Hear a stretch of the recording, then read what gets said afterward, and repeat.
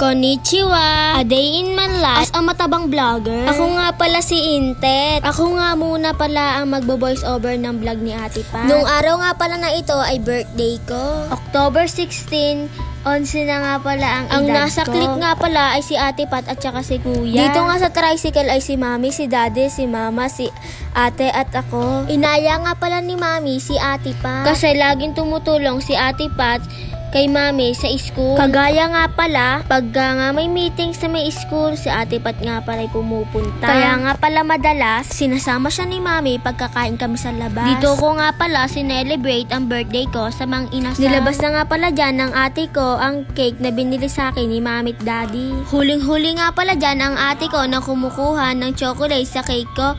Nakakabwisit! Highs!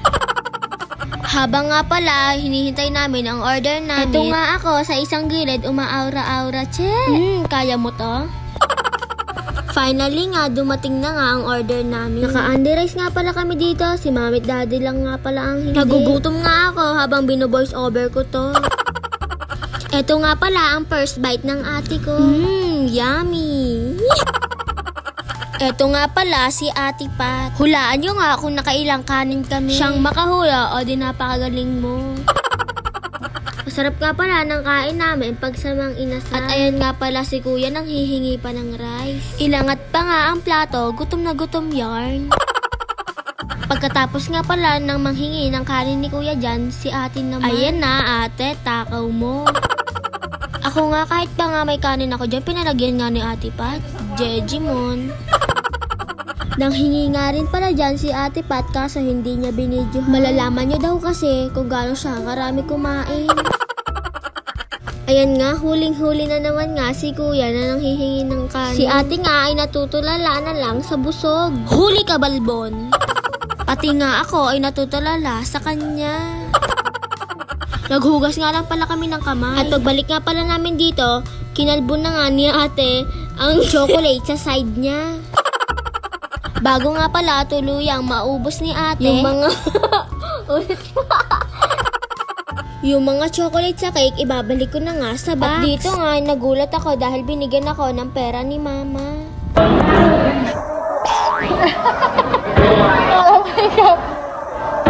Ay wow! Binigyan ni Mami! Wow! Napakasig naman! Sana kay Lola! Wala ko tayo kung wala po akong Lola! Iiyak ko na kayo! Lalo lang! Kasi lalo! Dito nga ay pauwi na nga pala kami. Andito na nga pala kami sa barangay Mataas na Kahoy. At dito nga ang barangay namin. At si Kuya nga ang nag-drive sa baryo at si Ate Pat naman nga sa highway. Nilulula nga pala ni Kuya dito si Ate Pat. O siya, hanggang dito na lang nga po pala ulit. Thank you so much po sa inyong lahat. Ingat po kayo palagi. Bago nga ang lahat, tignan nyo muna nga pala ang ginawa ni Kuya kay Ate Pat. Wag gaganong ka nun, bababal nga. Ay, tangay na. Kinaiyak pa na, linula ko na.